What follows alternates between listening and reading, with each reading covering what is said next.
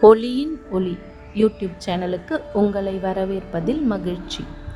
முந்தைய காணொளியில் மூச்சு காற்றின் மூலம் எவ்வாறு தியான நிலையை கடைபிடிக்க வேண்டும் என்பதை பார்த்தோம்.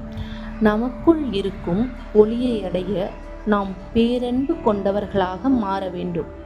எப்படி எனில், நமக்கு நடந்த, நடக்கின்ற, நடக்கப் போகின்ற அனைத்திற்கும் நாம் மட்டுமே பொறுப்பு என்பதை மனதார ஏற்க வேண்டும்.